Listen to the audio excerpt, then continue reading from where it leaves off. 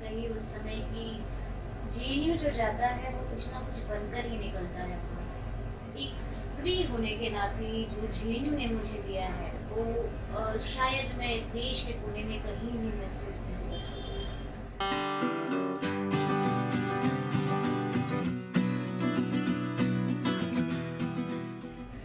दोस्तों नमस्कार, मैं हूँ शालिनी शिंदे और आप देख रहे हैं मेरा रंग। आज हम आपको मुलाकात कराने जा रहे हैं सरिता माली से। कम उम्र में ही संघर्ष और सफलता से भरी सरिता की कहानी हम सब के लिए बहुत ही प्रेरणादायक है। यूपी के एक छोटे से शहर जौनपुर के सरिता का बचपन मुंबई के स्लम में बीता। उनके पिता वहाँ पर फूल बेचकर अपना परिवार चलाते थे और कई बार सरिता को भी कारों के पीछे भाग भाग कर फूल बेचना पड़ता था। लेकिन सरिता ने यह समझ लिया था कि पढ़ाई ही उनका भविष्य बदल सकती है। उन्होंने पढ़ना जारी रखा, वहाँ से जेएनयू गई, पीएचडी किया। उनका अमेरिका की एक यूनिवर्सिटी में, एक नहीं 2 यूनिवर्सिटी में चयन हुआ है और अब ये कैलिफोर्निया यूनिवर्सिटी में आगे की पढ़ाई के लिए जा रही हैं। तो आप सभी दोस्तों का स्वागत है मेरा रंग लाइव में और साथ ही साथ सरिता का भी बहुत बहुत स्वागत सरिता। शुक्रिया। और मैं आपसे जानना चाहूँगी कि आपने किस तरह आपने एक पोस्ट भी लिखी थी, उसमें बहुत सारी बातें आपने लिखी हैं और बहुत डिटेल लिखी हैं। आप बहुत अच्छा ज़रूरी था वो लिखना ताकि लोगों तक मैसेज आए। ऐसे बहुत से बच्चे हैं आप जैसे, सोचिए कितने बच्चे सड़क पे आते हैं, आपको भी देख जाते होंगे फूल बेचते हुए। अगर उन बच्चों तक आपका ये मैसेज पहुँचेगा तो जाहिर सी बात है कि उनको प्रेरणा मिलेगी और वो लोग भी अपना जीवन बदलने के लिए सोचेंगे। तो मेरा सबसे पहला सवाल है कि आपने लिखा है कि आपका बचपन मुंबई के झोपड़ी में बीता है और आपका बचपन बहुत ही संघर्षमयी रहा है। हमें अपने बचपन के बारे में बताइए और आपने किस तरह विपरीत माहौल में भी अपनी पढ़ाई जारी रखी। मेरा जन्म मुंबई के स्लम में हुआ और बचपन मेरा बहुत ही संघर्षशील रहा। तमाम तरह की दिक्कतें थी।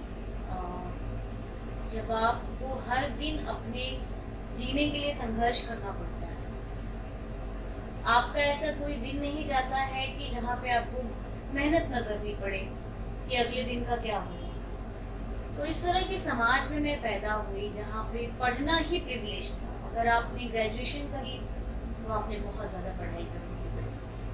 तो बचपन मेरा इस तरह से बहुत ही संघर्षशील था। समाज में तमाम तरह की असमानता थी, स्त्रियों का उत्पीड़न था, अपराध, नशा, मतलब झुग्गी में जिस तरह के तमाम तरह के अपराध के बारे में हम पढ़ते हैं वो मैंने अपने समाज में देखा। वो चीज़ें मैंने किताबों में नहीं पढ़ी और विपरीत माहौल में पढ़ाई ही पहला और आखिरी रास्ता था। जो उस समय मुझे महसूस हुआ कि यह मुझे मेरे लिए एक मैं कह सकती हूँ कि मोक्ष का द्वार था। और उस नाउमीदी भरे माहौल में अगर मुझे उम्मीद कहीं दिखाई दी तो मेरी किताबों से, और उसी को मैंने ज़रिया बनाया उस समाज से बाहर निकलकर समाज के उन्हीं लोगों के लिए कुछ करने। आपकी बात से एक और सवाल मन आ रहा है कि जब हम ऐसे माहौल में रहते हैं कि फूल बेच रहे हैं, चाहे कुछ भी इस तरह का बिजनेस है, छोटा सब्जी बेचने का काम जिसका है, उसके घर में बहुत अच्छा पढ़ने लिखने का माहौल नहीं रहता है। आपके घर में कौन ऐसा व्यक्ति था जो पढ़ लिख रहा था या आपको प्रेरणा दे रहा था कि आपको पढ़ना चाहिए आगे? मेरे घर में पढ़ाई का माहौल था। मैं ये बात कहूँगी कि हमारे घर की जो आसपास झुग्गियाँ थी उनमें उस तरीके के पढ़ाई का उत्साह नहीं। हमारी झुग्गियों में भी कुछ लोग ऐसे थे हमारे आसपास जिन्होंने उस समय पढ़ाई करके अच्छा मुकाम हासिल किया था।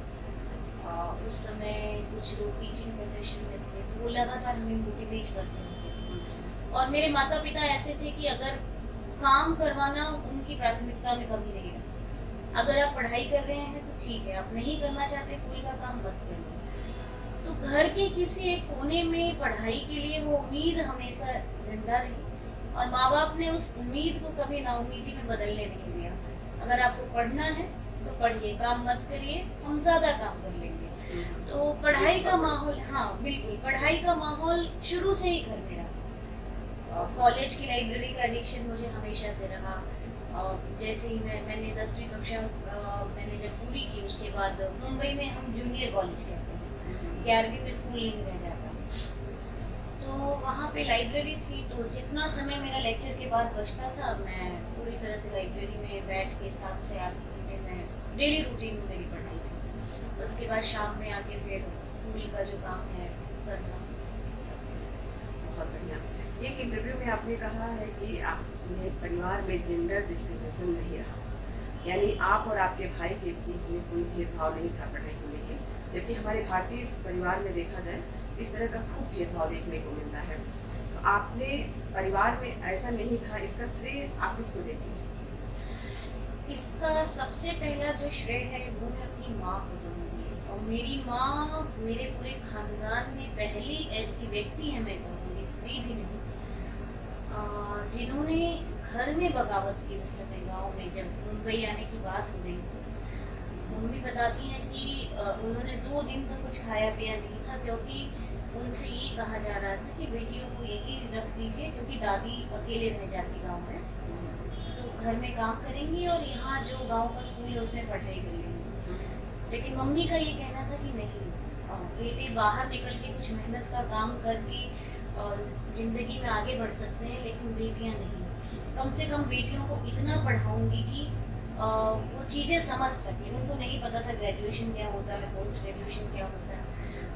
तो जेंडर डिस्क्रिमिनेशन न होने की जो शुरुआत थी वो मम्मी ने सबसे पहले शुरू की, कि घर से लड़ाई करके हमें मुंबई लेकर आई, कि चाहे 10वीं क्लास 12वीं क्लास जितना भी वो पढ़ा सके, कि कलम हाथ में लेने का साहस मेरी बेटियों को आ जाए। मेरी मम्मी खुद 8वीं कक्षा तक पढ़ी, तो वहाँ से इस चीज़ की शुरुआत हुई, और उसके बाद मेरे पिताजी ने उस चीज़ को समझा, और फिर माता पिता को पूरी तरह से श्रेय जाता है इसका।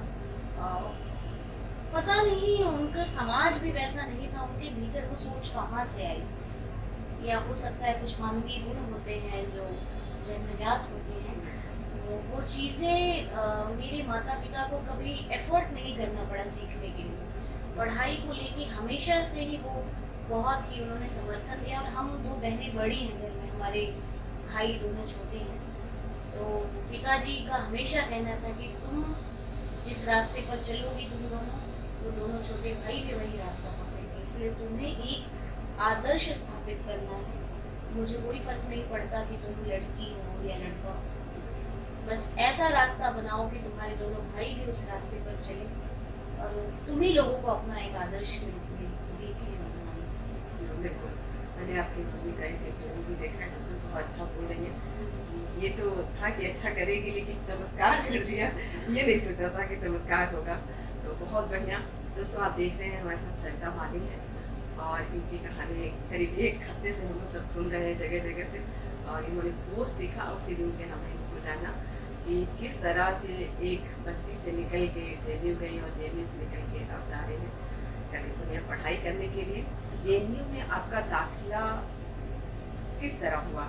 आपने पहले से तय कर रखा था या कोई संयोग हुआ? संयोग हुआ, और उसके बाद JNU आना तय किया। बस शब्द थोड़ा आगे पीछे हो जाए। संयोग हुआ, एक कजिन ने इसके बारे में मुझे बताया। एक लाइन उन्होंने कही उस समय कि JNU जो जाता है वो कुछ ना कुछ बनकर ही निकलता है वहाँ से। कुछ बनने का जुनून तो हमेशा से था, लेकिन क्या बनूंगी ये नहीं पता था। मैं चीज़ें कभी भी पहले ऐसे बहुत डिसाइड करके नहीं चलती कि मुझे इतने पैसे मिलेंगे तब मैं ये क्षेत्र में जाऊंगी। मैंने हमेशा अपने जुनून, अपने पैशन को ज़्यादा महत्व दिया है। तो उस कजिन के द्वारा कही गई वो बात कहीं ना कहीं एकदम दिमाग में रह गई, और आप उसे जुनून कह लीजिए।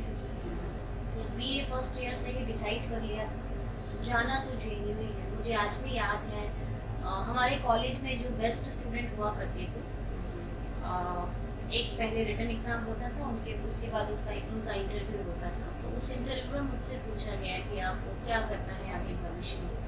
तो बहुत कॉन्फिडेंट थी, मैंने कहा कि BA ख़त्म करने के बाद मुझे मास्टर्स JNU से करना है। मैं गोल्ड मेडलिस्ट रही थी उस साल, बेस्ट स्टूडेंट थी कॉलेज की। तो क्लैरिटी बहुत पहले से थी कि जेएनयू जाना है। संयोग से जेएनयू के बारे में जिक्र हुआ, भाई ने मोटिवेट किया और फिर जो आगे चल के नियति बन गई और मैं जेएनयू पहुंच गई 2014 में। बहुत बढ़िया। तो जेएनयू के वातावरण के बारे में क्या कहना चाहेंगे, खासतौर पर जब वहाँ के बारे में इतनी अलग अलग तरह की बातें होती रहती हैं? जेएनयू एक विचार है। मैं बार बार ये चीज़ कह रही हूँ, आज आपके मंच के माध्यम से भी कहना चाहूँगी। एक स्त्री होने के नाते जो जेएनयू ने मुझे दिया है वो शायद मैं इस देश के कोने में कहीं भी महसूस नहीं कर सकती। आज़ादी हर एक स्त्री का एक सपना होता है कि मैं ऐसे आज़ाद माहौल में रह सकूं जहां मुझे किसी चीज़ का भय न हो। मैं रात के 3 बजे, सुबह के 4 बजे मैं जब चाहूँ अपने कमरे से बाहर निकल सकूं, मुझे 2 आंखें घूरे न, मेरे साथ कुछ गलत होने का भय ना हो। वो कॉन्फिडेंस, वो साहस, वो विश्वास मुझे जेएनयू ने दिया। जेएनयू की प्रगतिशील छात्र राजनीति, शिक्षक और वहाँ की अकादमिक दुनिया बेमिसाल है। वो आपको एक ऐसा इंसान बनाती है कि आप समाज में जाके हर तरह के शोषण के खिलाफ आवाज़ उठा सकें। आपको फर्क नहीं पड़ता कि जो शोषित इंसान है उसकी जाति क्या है, धर्म क्या है, वो किस वर्ग से आता है, उसका लिंग क्या है, कोई चीज़ फिर मायने नहीं रखता। आप चुप ही नहीं रह सकते अगर आप अपनी आंखों के आगे शोषण होता हुआ देखेंगे। एकदम नए तरह का दृष्टिकोण जेएनयू ने दिया कि जो एक समतामूलक समाज बनाने में बहुत बड़ी भूमिका अदा कर सकता है। इसलिए जेएनयू से जो छात्र भी निकले हैं वो अपने अपने क्षेत्र में अपनी अपनी तरह से समाज को बेहतर बनाने में लगे हुए हैं। तो जेएनयू एक विचार है और जेएनयू को लेके जो तमाम भ्रांतियाँ फैलाई जा रही हैं खासकर वो दुखद हैं। उसके एक पक्ष को पकड़कर तोड़ मरोड़ कर उसे मीडिया के सामने पेश किया जा रहा है। तो बिल्कुल ये सारी चीज़ें नहीं होनी चाहिए। तो आपने अमेरिका के फेलोशिप के लिए किस तरह आवेदन किया, इसके बारे में बताएंगे? यूएस का जो एकेडमिक्स है उसमें आपको सिर्फ पीएचडी के लिए अप्लाई करना होता है। जिस यूनिवर्सिटी को मैंने चुना, university of California Santa Barbara, उसमें मैंने केवल पीएचडी के लिए आवेदन किया था। आपके एप्लीकेशन बेस पे वो आपको फिर फेलोशिप ऑफर करते हैं। तो उसमें आपको आपका रिसर्च प्रपोजल होता है और बाकी आपका पूरा बायोडाटा होता है और पर्सनल हिस्ट्री जिसे हम कहते हैं। तो उस आधार पे वो आपको आपका चयन करते हैं कि आपको मेरिट बेस पे कि आपको कौन सी फेलोशिप मिलनी चाहिए। तो इस तरह से मेरा चयन वहाँ पे हुआ। कुछ यूनिवर्सिटी है जहाँ पे फंडिंग के लिए अलग से अप्लाई किया जाता है। मैं यूएस एकेडमिक्स की बात कर रही हूँ, लेकिन मोस्टली ऐसा होता है कि वो पीएचडी के बेस पे ही आपको फेलोशिप या पीए ऑफर करते हैं। तो लोग कहते हैं कि हिंदी का कोई भविष्य नहीं है ना, और इसके कैरियर नहीं है, मगर आप हिंदी साहित्य की स्टूडेंट हैं और विदेश जा रही हैं, क्या कहना चाहिए? ये बात आप यकीन नहीं करेंगी, मैं तब से सुन रही हूँ जब से मैं स्कूल में थी। कि वहाँ पे हिंदी पढ़ाने वाले टीचर को अलग ही दृष्टिकोण से देखा जाता था कि अरे ये तो मध्यकाल के लोग हैं, अलग ही बात करते हैं, इनकी विशेषताएं अलग होती हैं, इनके उठने बैठने का सलीका अलग होता है। आप यकीन नहीं करेंगी, ये बातें मुझे इतनी फ्रस्ट्रेटिंग लगती थी। और जब मैंने हिंदी पढ़ने का चयन किया कि मुझे हिंदी पढ़ना है, तो मुझे कई लोगों ने समझाया कि तुम पागलपन मत करो, अच्छी स्टूडेंट हो, दूसरे सब्जेक्ट्स में जाओ, बहुत होगा टीचर बन जाओगी कहीं। लेकिन मैंने कहा ठीक है, मुझे पसंद है, मेरा पैशन है। और इसके लिए मैं विशेष तौर पे डॉक्टर सतीश पांडे का धन्यवाद देना चाहूँगी, जो मेरे टीचर थे ग्रेजुएशन में, जिन्होंने मुझे हिंदी पढ़ाया। तो वो अक्सर मुझे बताया करते थे कि देखो, हिंदी पढ़ के केवल टीचर बनने के अलावा भी ये सब रास्ते हैं। तो मुझे एक होप था कि टीचर बनने के अलावा एकेडमिक्स तो जाने दीजिए वहाँ पे, और हिंदी में जो अधिकतर बच्चे भी आते थे वो भी इसी मानसिकता से ग्रस्त होते थे कि हिंदी पढ़ के कुछ नहीं होगा, बीएड करेंगे, स्कूल में पढ़ाएंगे। लेकिन मुझे ये विचार कभी रास नहीं आया। मैंने कहा मुझे तो जमकर हिंदी पढ़ना है, उसके बाद मैं रास्ता तलाशूंगी मुझे क्या करना है। इसीलिए आज तक मैंने कभी भी यहाँ जो कॉलेज पब्लिक सर्विस कमीशन वाला जो एग्ज़ाम्स होते हैं स्टेट लेवल के, मैंने कभी नहीं दिया। एक भी मैंने गवर्नमेंट एग्ज़ाम कभी नहीं दिया, क्योंकि मैं वही चीज़ करती हूँ जिसके लिए मुझे अंदर से मोटिवेशन आता है। हालांकि ये कोई अच्छी बात नहीं है, लेकिन मुझे कभी लगा ही नहीं मैं दूँ। मुझे जिस चीज़ में मुझे कॉन्फिडेंस नहीं आया तो फिर मैंने नहीं किया, और इसके बाद तो अब नतीजा सामने है। देखते हैं फिर ज़िंदगी कहाँ ले जाती है। बिल्कुल। तो अपनी इस सफलता में आप अपने माता पिता के अलावा और किसका सहायता मानते हैं कि किस लोगों ने आपकी सहायता की है, हेल्प किया है, जिसकी वजह से आप यहाँ आज? शिक्षकों का बहुत बड़ा योगदान रहा है। मैं बहुत ही खुशनसीब हूँ कि मुझे स्कूल से लेके JNU में बहुत अच्छे शिक्षक मिले। यकीन मानिए, मैं भाग्यशाली मानती हूँ खुद को इस बात में। स्कूल में मुझे राजीव सिंह सर मिले। मैं स्कूल से पास आउट भी हो गई तो उन्होंने मुझे हमेशा अप्रिशिएट किया कि पढ़ो तुम अच्छा कर सकती हो, अच्छा बोलती हो, अच्छा लिखती हो। कॉलेज में मुझे डॉक्टर सतीश पांडे सर मिले।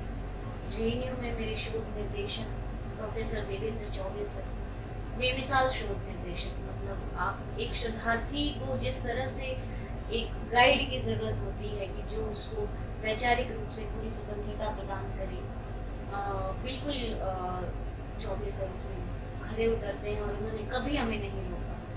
मेरे दोस्त JNU में खासकर कमल पाठक मेरे सबसे अच्छे दोस्त, जिन्होंने मुझे हमेशा अप्रिशिएट किया, अलग अलग तरह की किताबें पढ़ने में सहायता की। और भी दोस्त मेरे जिन्होंने हमेशा मुझे अप्रिशिएट किया पढ़ाई के लिए, हर चीज़ के लिए। और एक चीज़ मैं आपसे ये भी कहना चाहूँगी कि मेरी अधिकतर दोस्ती हिंदी के जो अदर सेंटर के लोग हैं उनसे ही हुई।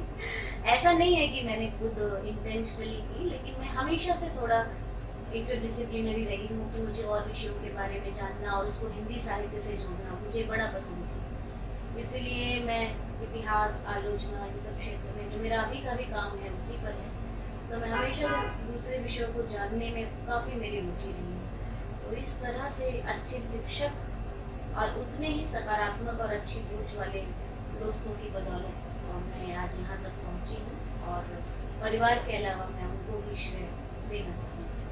बहुत बढ़िया, बहुत सुंदर। लेकिन अब मेरा आखिरी सवाल जो है, थोड़ी देर पहले जब हम बात कर रहे थे कि आपकी तरफ बहुत सारे बच्चे आज भी अपने माता पिता के साथ संघर्ष कर रहे हैं, तो उन बच्चों के लिए आप क्या संघर्ष देंगे जो बच्चे आज भी संघर्ष कर रहे हैं, वो लड़के लड़कियों को, कि उन्हें क्या करना चाहिए, किस तरह वो अपने इस परिस्थिति से निकल के आप ही की तरह, जरूरी नहीं है कि वो आप ही की तरह बाहर चले जाएं और इंडिया चले जाएं, लेकिन इंडिया में रह के भी अपना बेहतर जीवन बना सकें?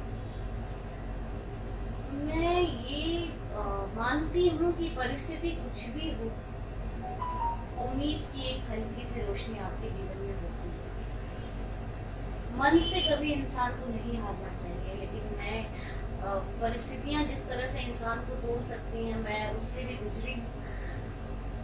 उनको होप देने से पहले एक सवाल मुझे लगता है व्यवस्था से भी करना चाहिए कि क्या अगर वो हौसला और साहस रखकर आगे बढ़ते हैं तो देश में वो व्यवस्था है जो उन्हें सही प्लेटफॉर्म दे सके। जो एक वंचित समाज के बच्चे हैं उनमें भी मैं कई दफ़ा कह चुकी हूँ, आज फिर कह रही हूँ, इतिहासकार, साहित्यकार, साइंटिस्ट बनने की क्षमता है, लेकिन एक मंच न मिलने के कारण वो आज भी कहीं ना कहीं अंधकार में खो जाते हैं, उसी गरीबी और उसी दलदल में फंस के वो कभी बाहर निकल ही नहीं पाते।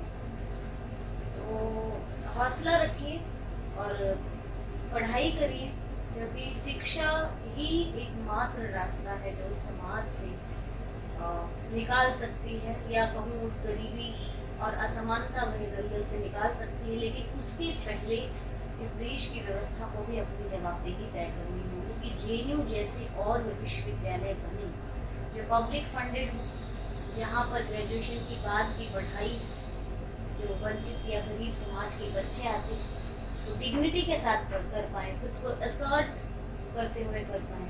ये न कि उनको खुद के भीतर एक बदलाव लाना पड़े या फिर इंफीरियरिटी कॉम्प्लेक्स हो किसी चीज़ को लेके उन सबको अपनी ताकत बनाते हुए उन सभी चीज़ों को जिस भी समाज से वो आ रही है एक गरिमामय तरीके से ऐसे विश्वविद्यालय में पढ़ के देश की बेहतरी के लिए कुछ कर पाए। आप उस यूनिवर्सिटी का कुछ भी नाम रख लीजिए, मैं जो भी उनको सही लगे, मैं व्यवस्था से ये अपील करती हूँ, लेकिन ऐसे विश्वविद्यालय बनाइए, चाहे वो जामिया हो, जेएनयू हो, जिससे इस देश में बहुत बड़े स्तर पे बदलाव हो।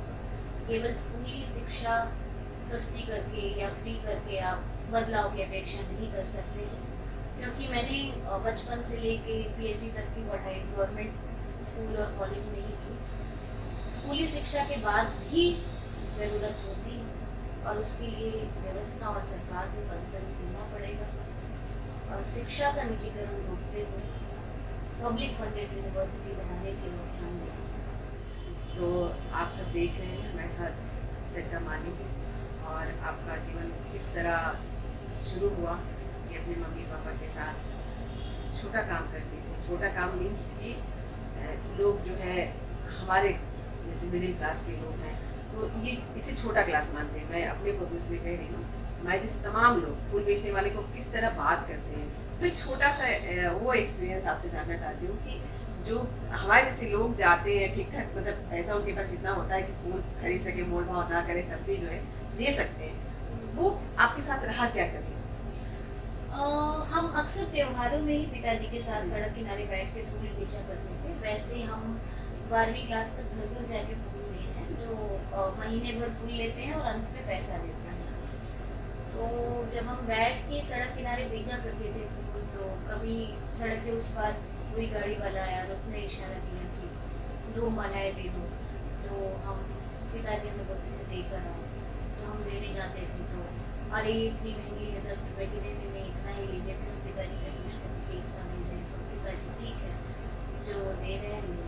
मेरे पिताजी एक चीज़ और कहूँगी कि इस तरह के व्यापार में लोग बहुत मुनाफा कमा लेते हैं, लेकिन वही मैं कहती हूँ कि ईमानदारी जैसा शब्द हमने किताबों में नहीं पढ़ा है। मेरे पिताजी जितना मुनाफा हो सकता था उतना ही लेते थे, ये नहीं कि 5 रुपए की चीज़ 15 रुपए में बेचते। इसलिए जो हमारे और भी रिश्तेदार थे फूल बेचने का काम करते थे, पिताजी की सबसे कम इनकम थी इसमें भी, तो घर घर फूल देते थे। कभी फूल थोड़ा ख़राब भी आता था बारिश के मौसम में, तो किसी के घर फूल देने चले गए तो हमने कंप्लेन दे दिया कि अच्छा फूल नहीं दे रहे हैं, किस तरीके का हार बना के दे रहे हैं, पापा को बोलना ज़रा ढंग से, फूल वाले को बोलना ज़रा ढंग से फूल दें। तो वो चीज़ें लगती भी थी, लेकिन आपके पास कोई ऑप्शन नहीं होता था। अगर वो चीज़ें आप नहीं उनको सर्विस देंगे तो फिर पैसे नहीं मिलते थे। तो वो चीज़ें महसूस होती हैं। सिग्नल्स पे खासकर बच्चों को देखती हूँ ये 50 रुपए की है, तो इसलिए बहुत ज़्यादा मोल भाव करने से भी बचती हूँ। कोई बात नहीं, 50 रुपए ले लेंगे, ये सारी चीज़ें। सुंदर। तो इस बात से परेशान नहीं होना चाहिए कि हमें बहुत प्रॉफिट नहीं मिल रहा है ना। और आपने एक बहुत अच्छी बात की कि आपके पिताजी बड़ी ईमानदारी से वो करते थे कि अगर 5 रुपए की चीज़ है तो ये नहीं कि 15 में बेच रहे, जबकि ज़्यादातर यही होता है कि 5 रुपए की चीज़ 15 रुपये में हमारी बेच जाए। तो हम यही पे इस बात से समाप्त करते हैं। आप सब देख रहे थे सरिता माली हमारे साथ हैं और जिस तरह का जीवन रहा है, इतना संघर्षमय जीवन रहा है। और मैं उन बच्चों के लिए मुझे भी कहा है कि संदेश दें, जो बच्चे आज भी इस तरह का काम कर रहे हैं वो हौसला रखें। और ऐसा नहीं है कि जब हम सोचेंगे तभी कुछ होगा, सोचे पहले कि क्या हम पढ़ाई कर सकते हैं। और जितनी पढ़ाई हमें फ्री में मिल रही है, सरिता ने भी जिक्र किया है कि स्कूली पढ़ाई के फ्री हो जाने से नहीं होगा, लेकिन स्टार्टिंग की पढ़ाई हमारी जो है स्कूल से ही होती है। तो स्कूल की पढ़ाई पहले आप करें।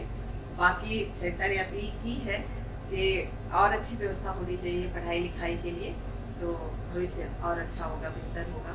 और हम सरिता माली को आपकी पढ़ाई के लिए बहुत बहुत बधाई देते हैं कि आपने इतनी मेहनत की विपरीत परिस्थितियों में रह के, जब सामान्य सब चीज़ें रहती हैं, हमें स्टेप बाय स्टेप चीज़ें मिल रही होती हैं, कापी किताब मिल गया, खाना मिल गया, भागना नहीं है, कहीं जाना नहीं है, सिर्फ पढ़ाई ही करना है, तो बहुत ईजिली हम कर लेते हैं, उसमें हमें नहीं लगता कि कोई बहुत बड़ी बात है।